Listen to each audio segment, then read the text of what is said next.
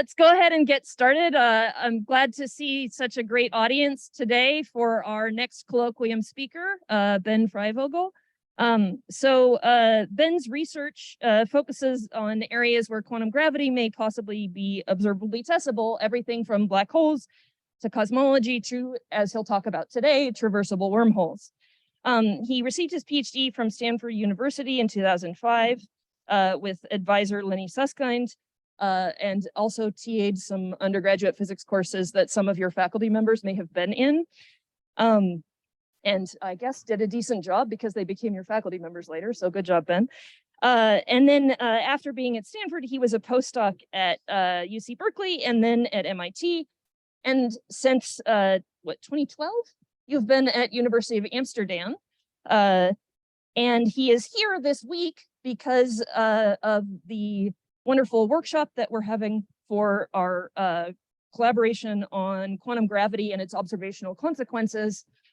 So several of the professors and postdocs from other institutions that are involved with that, as well as, of course, Malik and I here at ASU have been really glad to have Ben and friends around to make progress on this great collaboration. And Ben is going to tell us some of the reasons why observational effects of quantum gravity may not be completely crazy, including about wormholes. All right, so let's get Ben the microphone and he can take it away.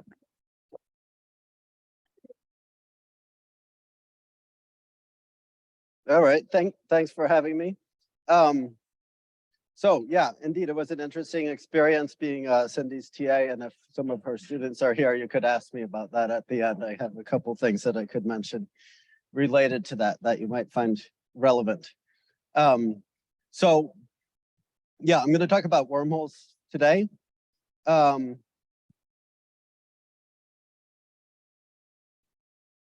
just tested this and I could advance the slides. There we go. Yeah, Cindy kind of mentioned it, but I didn't come all the way from Amsterdam just for this talk. So some of your faculty here, along with some fabulous postdocs and other PIs, are part of this collaboration that's working on finding observational signatures of quantum gravity. Today, this is going to be a much more kind of pedestrian area of research, just semi-classical gravity. So just classical gravity coupled to quantum field theory with small quantum fluctuations that could include gravitons.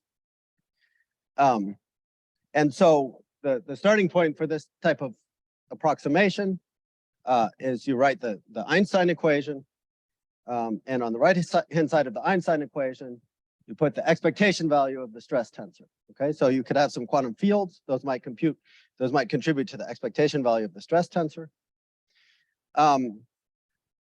And this is kind of the starting point for the classical solution, and then you should consider quantum fluctuations of the metric as well as the other quantum fields. And this kind of approach is non-controversial. It's the low energy limit of any theory of quantum gravity. And the naive expectation, at least, is that it's valid at distances much larger than the Planck length, which is typically what we have access to. And an interesting question that we've discussed a lot in our collaboration is in what kind of situations there might be exceptions, and there might be quantum gravity effects that extend to much larger distance scales. But I'm going to actually focus on this more traditional theory. But what I'm going to tell you is that even within this regime, there are some exotic phenomena that have recently been discovered, and there's some important open questions already in this regime.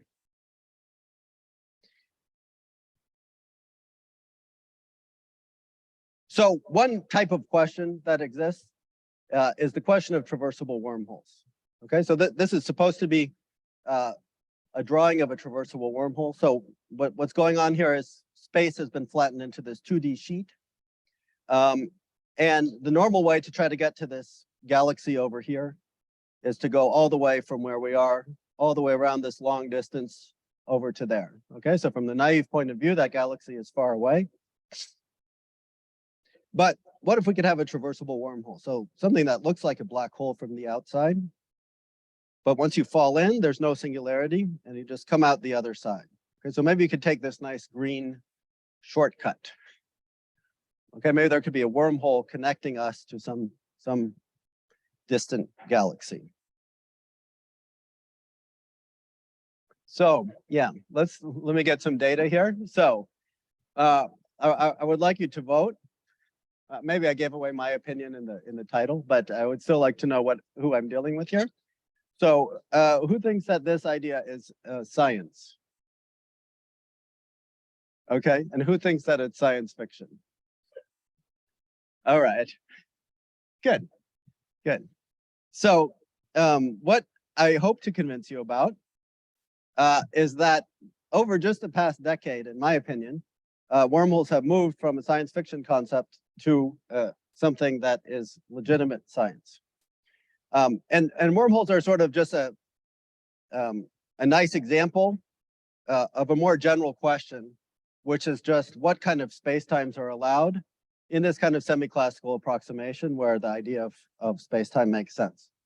So if we could have crazy things like traversable wormholes, could we also have, I don't know, about a cosmology that looks like it's going to collapse in a big crunch, but then it bounces and re-expands? Could we have time travel? Could we have things that I called black hole mimickers, so things that look like a black hole outside, but then very close to the horizon, there's some interesting quantum dynamics going on.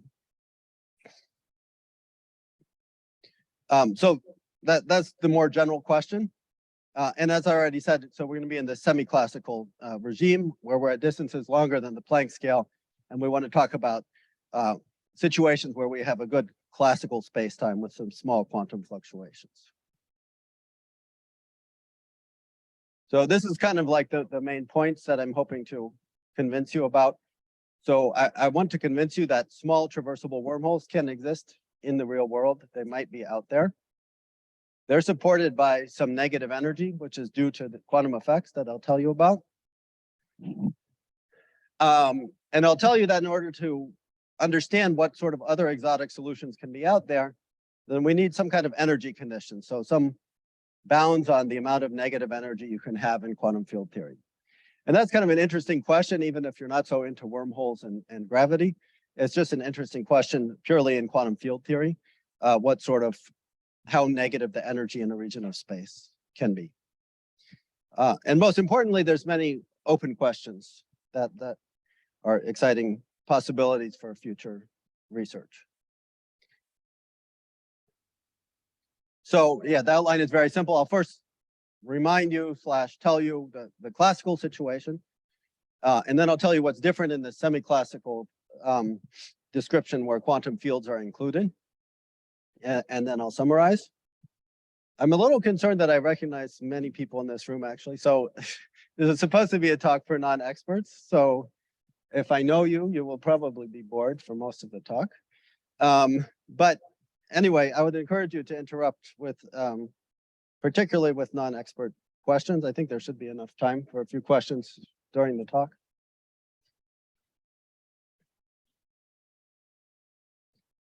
Okay, so are there questions at this point or comments?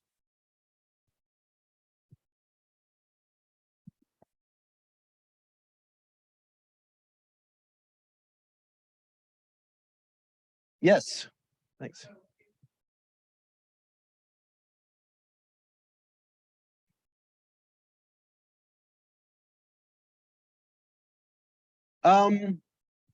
I think I need to think about that actually. Sorry, I should be prepared to answer that question, but I'm not. I think there are some nice articles, although I can't give you a precise reference right now, in sources like Quantum Magazine or something. I think there's an article by Maldacena from not too long ago that summarizes some of these things. But I think there are some in these kind of scientific, popular but scientific magazines, there are some interesting summaries. Other questions? Yes.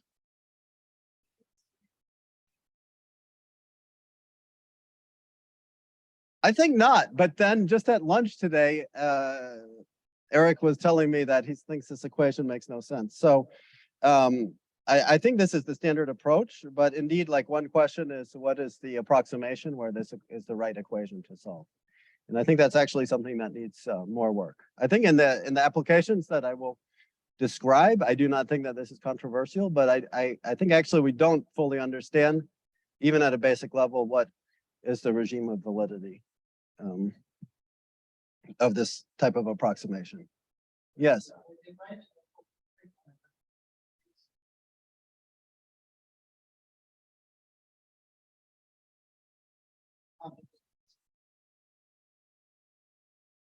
Mm-hmm. Okay. Hopefully I will avoid that controversy, but let's see. All right. So the first thought about constraining these kind of exotic spacetimes is that the Einstein equation should probably tell you what sort of spacetime is allowed. But unfortunately, that's not the case. So you take your favorite spacetime or your least favorite spacetime, it has some metric. You can use that metric to compute the Einstein tensor, or you can ask Mathematica to do it for you. Then you plug it into this equation, and all this equation tells you is what sort of stress energy tensor, so this TAB here, what kind of stress energy tensor do you need in order to support your favorite solution? Okay, so if you want to rule out some solutions, then you have to be able to say that certain stress energy tensors are not allowed. Okay, for example, because they have negative energy and that's not allowed in your theory or whatever. Okay, so the most obvious strategy for constraining what sort of spacetimes are allowed is to start from some energy conditions, so some constraints on this stress tensor. Then those would convert via the Einstein equations into some constraints on the metric. So now at the classical level, and the energy condition that I'll focus on today is the null energy condition. So I'll write this schematically as T++ is positive. If you want to be more careful about that, what that means is you take the stress energy tensor and you contract it with a null vector. Okay, so a light-like vector. That's the quantity that I'll call T++. And the null energy condition claims that that thing is supposed to be non-negative. To get some intuition, if you would have a perfect fluid, then this quantity is just energy density plus the pressure. We're in units here where the speed of light is 1, so the energy density and the pressure have the same dimensions. Okay, so and this is the only combination that I care about today. Another way you could think about this, I don't know if this is helpful, is that this is the energy that would be seen by an observer who's moving near the speed of light. Yeah.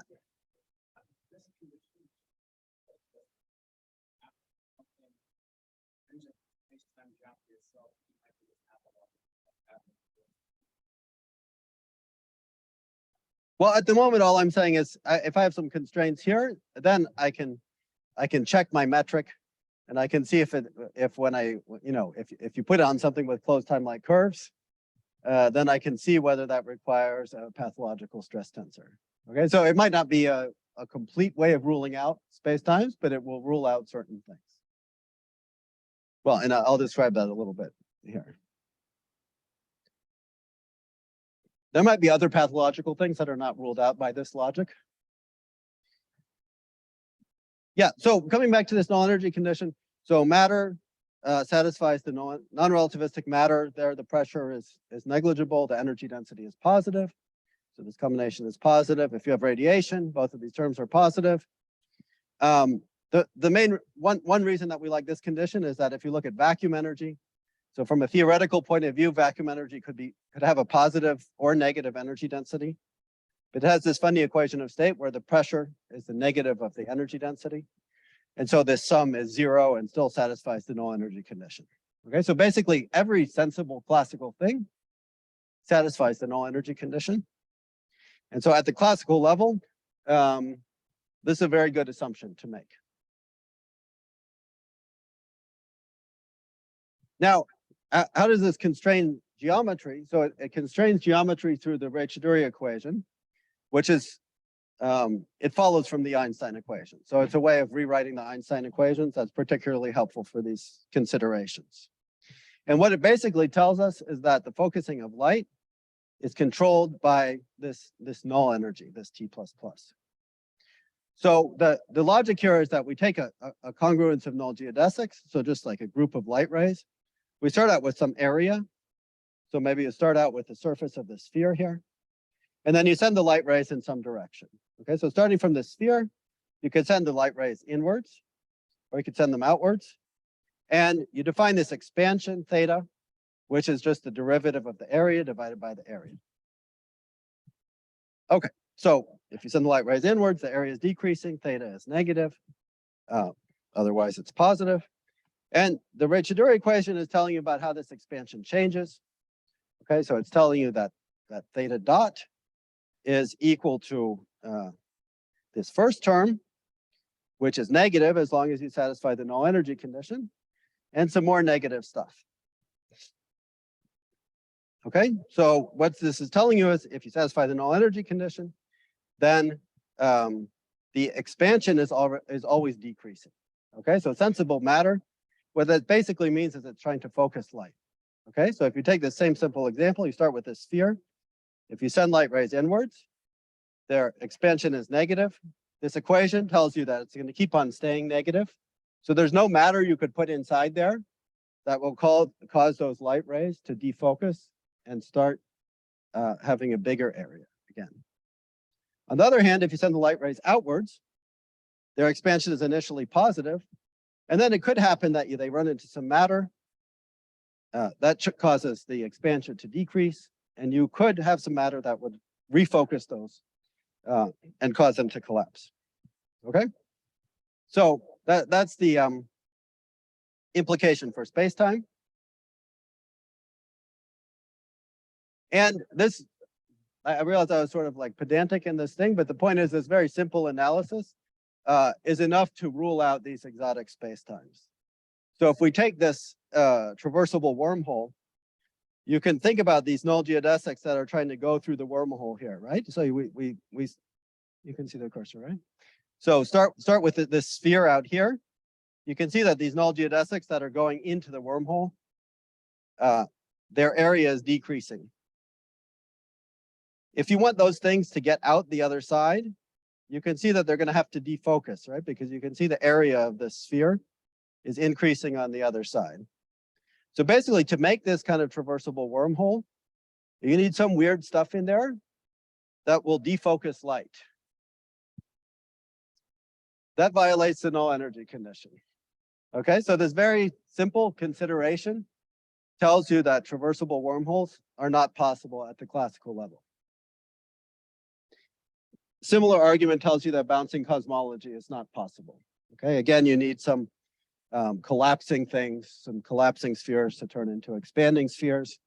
And for that, you would need to violate the null energy condition. Yeah.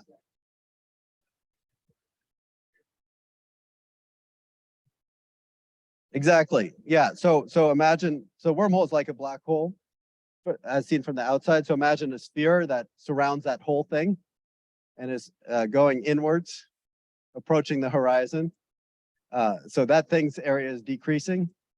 And then if you would want something like this picture to be true, those light rays have to somehow go through the wormhole and then come out the other side and be expanding out from the wormhole on the other side. Yeah.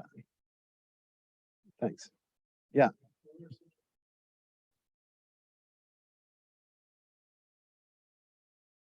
I think you can argue that this type of wormhole would allow you to build a time machine, which is pretty bad. There might be worse things, but that one is bad enough for me.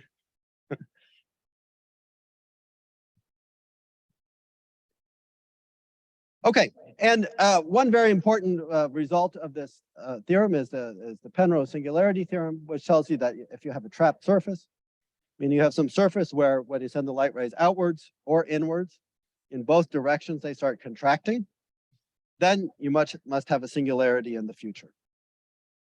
That's very important for concluding that, you know, we have black holes and not some other kind of exotic objects at the center of the galaxy. So at the classical level, the conclusion is very simple. Nothing crazy can happen. Anything that sounds like science fiction is at the classical level. Any questions?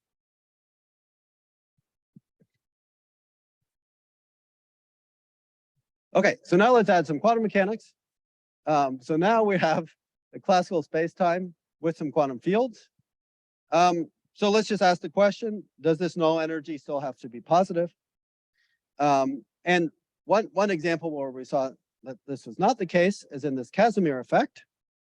So the classic Casimir effect involves two conducting plates. You can compute the null energy in between those plates, and you find out that it's negative. Another thing that you can do, which might seem a little bit less intuitive, is if one direction of space happens to be periodic, say there was an extra direction that we don't see, that's a circle, that would lead to a null energy that's given by the length of that extra direction. Sorry, this bar is obscuring things a little bit. So in both cases, the size of the negative energy is set by either the distance between the plates or the size of that periodic direction. Okay, so relatively straightforward things in quantum field theory allow you to have some region that violates the null energy condition. So then the question is, yeah, but can you really do anything with those things, right? Because suppose you have these Casimir plates. Well, maybe if you use that to try to build a wormhole, where are you going to put those plates? Are they going to be near the worm? Okay, then those will have some positive energy. But it's not very obvious whether those will have any interesting effect. But in fact, they do. And one nice example is from this paper by Maldacena and collaborators from 2018. That's so basically what they did is they took a drawing from that John Wheeler made in 1966, which I suppose at that time could be maybe interpreted as science fiction. This is a drawing of two black holes that are magnetically charged. So they have these black lines are magnetic field lines that are going from one black hole to the other black hole. And then what he has there is kind of a traversable wormhole there. Okay, so outside here, it roughly looks like one magnetically charged black hole, another magnetically charged black hole, and then some kind of throat connecting them. Some kind of tube connecting them. And what these people showed is that this is actually a solution in the most conservative theory you could think about, the Standard Model plus general relativity. Assuming that those theories are correct up to relatively high energy scales. So what does this look like? So from the outside, as I said, it's just two magnetically charged black holes that are separated in space. And the basic intuition for why there's, so I'm not going to do the computation, but the basic intuition for why we have this this negative energy is that it's like the Casimir effect. So what we have is we have these magnetic field lines. It's maybe a little bit easier to see here. So we have these magnetic field lines. Then we have some charged particles in our theory, such as electrons, right? If you have a real electron, it would move around this, you know how charged particles tend to kind of rotate around the magnetic field. If you have a magnetic field in this direction, then the charged particles rotate like this. Okay, so charged particles are kind of confined to magnetic field lines. So because these magnetic field lines are circular like this, these charged particles experience this like a periodic direction of space. And very much like the Casimir effect, they have a negative energy. Okay, now the key thing that plays a role here, just like in the Casimir effect, is the quantum fluctuations of those particles. Okay, so these are virtual particles here. But they're giving a negative energy that supports this wormhole.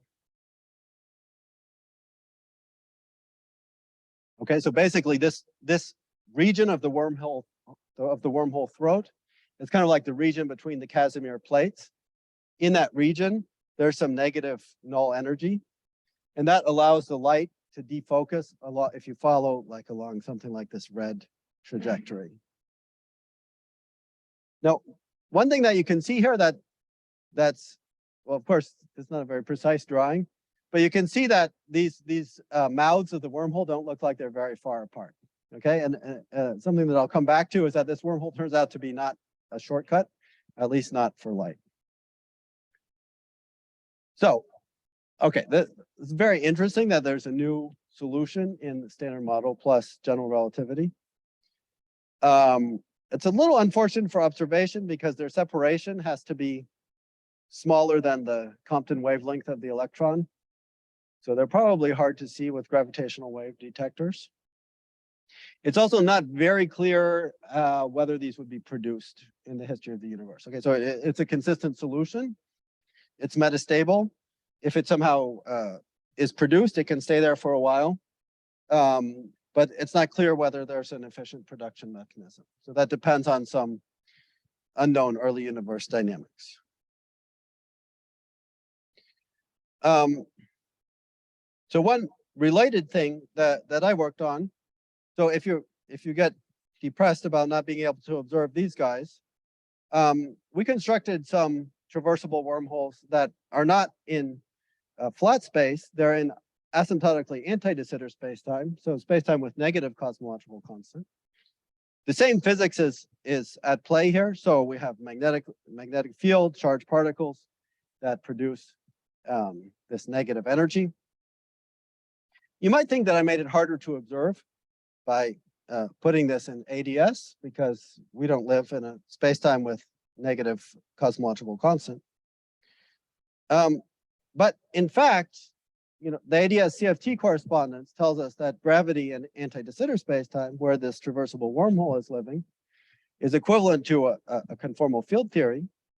In this case, since we have these two boundaries of the spacetime, we have two conformal field theories, which are living on the two boundaries in a sense.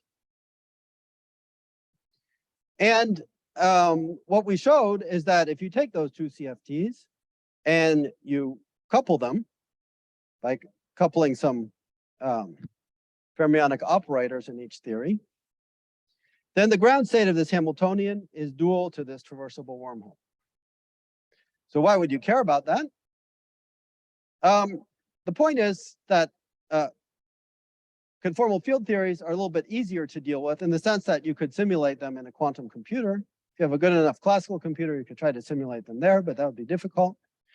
If you have access to a holographic CFT in your lab, which I think is difficult, you could just implement this Hamiltonian. And then you would be producing this traversable wormhole. Well, the dual of the traversable wormhole. Okay, but producing the dual of a thing is the same as producing the thing. That's the point of the duality. So it's a little bit less fun than finding a traversable wormhole out in the cosmos, but it's also actually much more tractable. Okay, maybe not this year, but in coming years, I think it will not be too difficult to simulate these conformal field theories, unless the machines decide that that's not what they want to do. So, okay, so I told you some exciting things that you can do with quantum mechanical effects. But then the question is, and you know, there's qualitatively new things that you can make that were not allowed classically.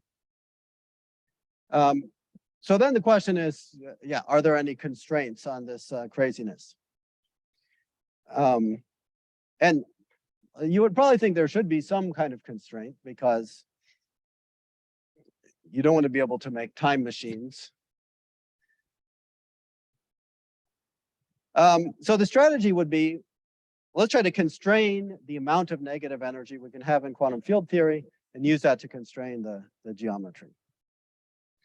And as I said before, finding bounds on negative energy in quantum field theory is also just an interesting question in quantum field theory, right? The stress tensor is one of the most basic things you could think about in quantum field theory.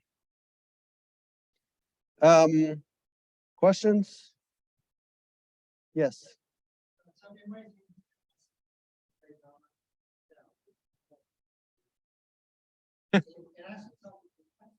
Yeah. It's positive. Yeah. So yeah, there's some negative energy kind of in this throat region, but then outside there's a magnetic field that has positive energy. And yeah, so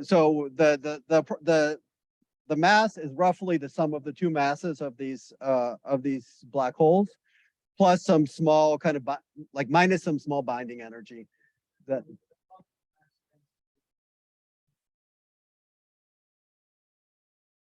yes.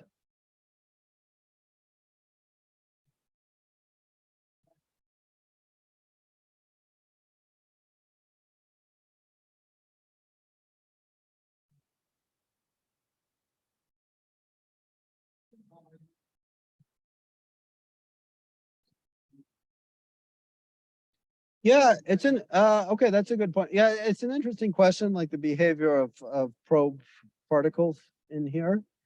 I guess okay, maybe we could discuss later. I guess it depends on whether they just couple to the metric or what they how they couple to everything that you have around.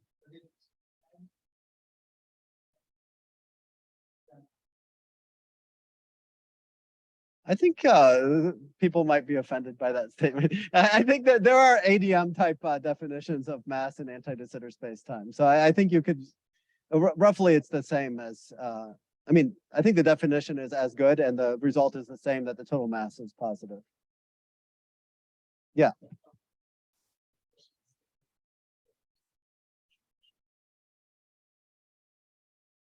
Yeah, so you can kind of see here how the magnetic field lines go from one to the other. So here the total magnetic charge is 0. So it's kind of like a dipole type thing. You know, you have a positive magnetic charge, negative magnetic charge that with total charge 0. Yeah. Yeah, good question. They do attract each other actually. So what these people did to stabilize this is they let them rotate a little bit, so that the kind of centrifugal force would balance the attraction. And that won't work forever. Eventually, they will emit gravitational waves, and they will collapse. Our thing is eternal, though. This thing is eternal. So, this one will survive forever. Good. I think I'm still doing. Thanks for all the questions. I think we're still doing okay. Let's see. Yes. So let's ask for a moment in quantum field theory what is known about the amount of negative energy.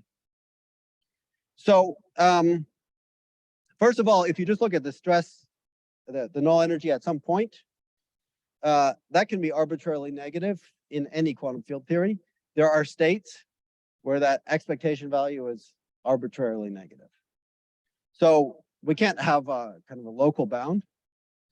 One bound that is true, it's been proven in field theory in Minkowski spacetime, is that if you take a null geodesic and you average the null energy over that complete null geodesic, you just have to pick one. Okay, so just pick some direction to go in, take a light ray going in that direction, integrate the null energy along that complete light ray. That thing will have to be positive. So that's the average null energy condition. People love acronyms in this business, so that's the ANEC.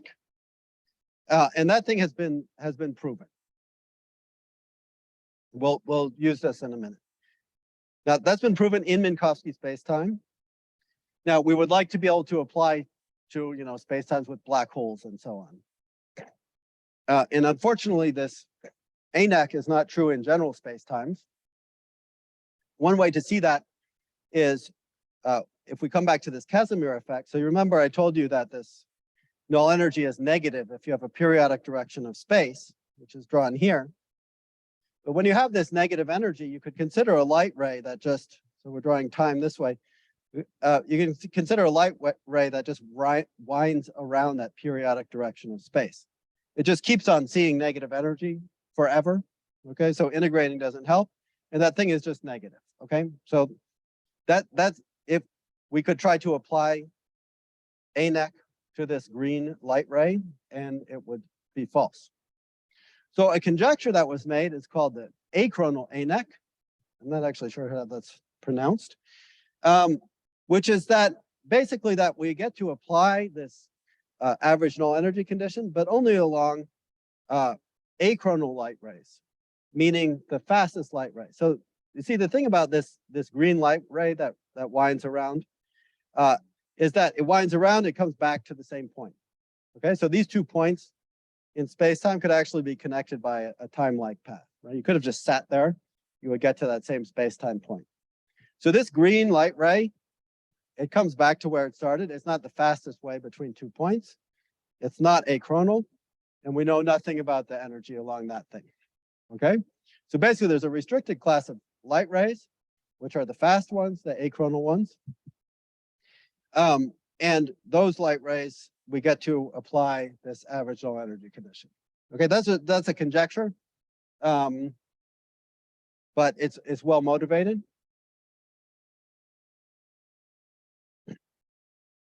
And actually, this conjecture gives you a powerful result, which tells you that these wormholes are not shortcuts. Now, I already told you that in this multisanic construction that this wormhole was not a shortcut because of some details of that construction. But this, as long as you believe this achronal ANEC, it tells you that in general, no matter what you try to build this traversable wormhole out of, it will never be a shortcut. The way to see that is, so there's 2 ways to go from over here to the other side of the universe. One is to go through the wormhole, and one is to go around the other way. Now, we know that if we take this green path, we know that light has to defocus along there. So because of this Ray-Chuduri equation, that tells us that the integrated null energy along this green path has to be negative. So that means that this average null energy condition, it has to be violated along this green path. But it can only be violated if this is a slow light ray. Okay, so what that tells you is that this red light ray, which looks like it's going to take a longer time to get to the other side, actually has to be the fastest route to the other side if everything is going to be self-consistent. So that basically tells you that this artist did not draw this would be a nice kind of traversable wormhole to have, but we can't have those. Okay, so the traversable wormholes we can have, assuming this achronal average null energy condition, are the ones that are not shortcuts. Now, they're not shortcuts for light, so they still actually might be useful for us. It's a different question of how much proper time it will take you to get to the other side, and I think that's not completely resolved. But okay, at least, and this fact that light takes a longer time, that also prevents you from using these kind of wormholes to build time machines. Okay, so this kind of energy condition is protecting you from some nonsensical spacetimes that you would be in danger of making your theory not self-consistent. Okay.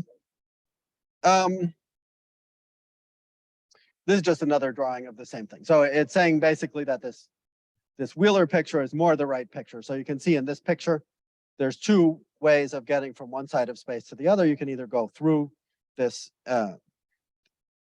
this wormhole, or you can stay outside. And what this is telling you is that going outside has to be a shorter distance. And that's actually consistent with this drawing. Okay. Questions? Yeah.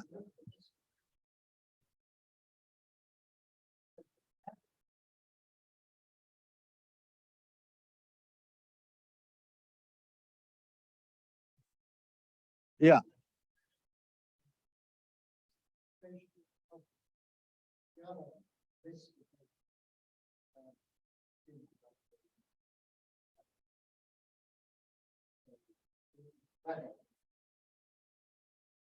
I'm not aware of a way to, I don't think that you could use this to rule that out, but okay, let me come back to that. I think I have something.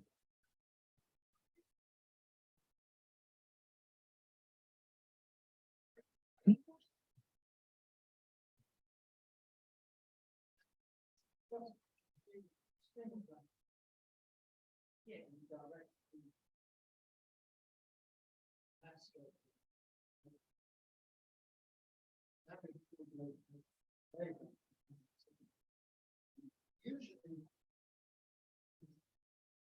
flux of negative energy, you've got some positive energy coming along right behind it, and duration, it's very hard to concentrate enough to get the things to sort of current. We call it cosmic flash, and you see that singularity then stop. The question is whether it is more generous or really down. Because I think making singularity does Yeah, that's a good point. I would, okay, I have something that's slightly related that's coming up, but I think there's more to be done there. I think we're doing fine here. So I wanted to mention briefly that there's another bound which is called the quantum null energy condition. So that is a local bound. You just take the stress tensor at some point, but it's bounded by something that depends on the state. So some sort of entanglement entropy. This has also been proven, and this is actually important for some other ways of. This is a very nice result, which is related to this quantum focusing conjecture. But I'm going to go in a slightly different direction in this, the remainder of this talk. So it's kind of remarkable just from the point of view of quantum field theory, which is, and this is actually a bit related to the comment here. What we don't have is a bound on negative energy that is semi-local in the sense that you don't integrate over, an infinite null ray. Okay, so you can integrate over a finite amount of space. I'll call that semi-local. And I want it to be state independent, right? Otherwise, it's not really a bound. It's just saying in some class of states. So you might think that if you integrate over some region of space, the energy in that region is bounded below by something. There is no general result like that. Okay, so I'm going to tell you about some things I've done in that direction. But so these are more a combination of like work in progress, some partial results. The only very general thing we know is this average null energy condition in certain cases.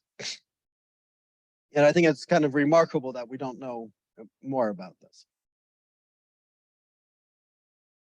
And the rough intuition that I want to give you, so that keep in mind, so now this is something that I have proved in certain theories and so on. Okay, so this is more like a speculation. I'll indicate which parts are solid and which parts are speculations. So the rough idea is that there should be some kind of uncertainty principle.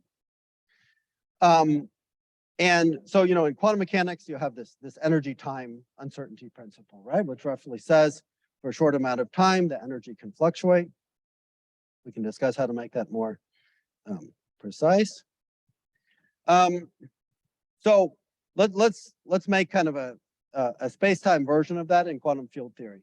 So let's take quantum field theory in the normal 3+1 dimensions, and let's average the null energy over two directions. One of them is going to be time, and the other one is going to be just one of the spatial directions.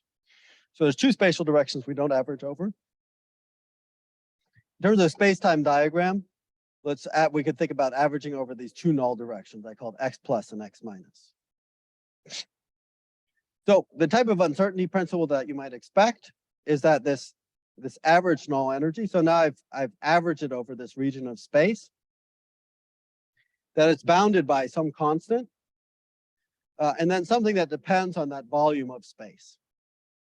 And if you think about a little bit about how these things have to transform under boosts and so on, you'll see that if there's going to be a finite bound, it has to be of this form, where it depends on the distance in this x plus direction and this to the third power and to x minus direction to the first power. Okay, so this is kind of by symmetry arguments is the only sort of bound you could have.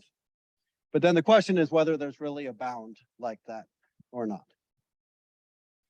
And we proved in the simplest case, so free fields in Minkowski space, we call this double smeared null energy condition. And we indeed proved this bound where n is just the number of fields. So you can take this as a hint of a general result. But really, this is a big open question, because once you have interactions, you might need to modify that. There might be no bound. You might need to modify by smearing in the other directions as well. And no one has proven anything like this, even for like weakly coupled theories. So it's quite surprising, the state of the art in this field. Assuming for a moment that this thing is correct, a consequence of this would be that you can't have a region of isolated negative energy. That's because what you see here is as you integrate over a bigger region of space, then this bound approaches zero from below. Right? So when you integrate over a bigger region, the average energy in there has to become less and less negative. And you could just calculate if you would have, imagine you just have some, this is a little bit relates to the comment here. If you would imagine like some isolated ray of negative energy, and then you would start averaging over larger and larger regions of space, this bound will imply that there has to be some positive energy nearby to cancel that negative energy. There's another kind of similar type of bound that I proposed. I mentioned this other one first because it's a bound in quantum field theory, and that thing should be possible to prove it or disprove it in more general theories. This bound is a little bit more elusive because it's a conjecture within semi-classical gravity. It has G Newton in the bound, and in this proposal, we're just averaging over some portion of a single null geodesic. So over an affine length tau of a single null geodesic. And our proposal is that this smeared null energy over this region is bounded by a constant B, the Newton constant, and this smearing length squared. So again, this tells you that you can't have an isolated piece of negative energy without some positive energy nearby. And this has been proven in a particular context, but not in general.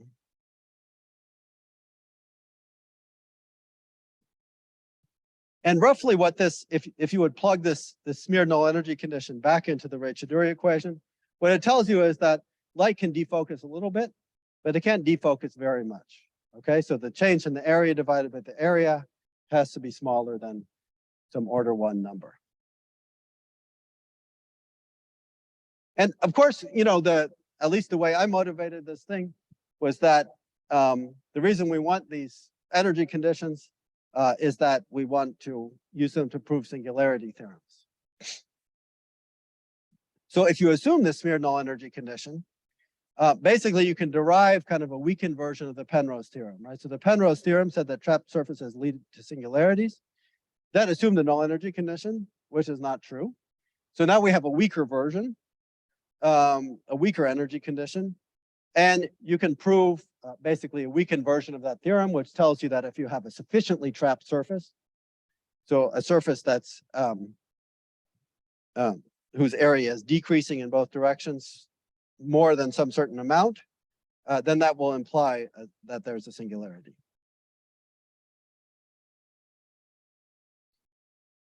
Okay.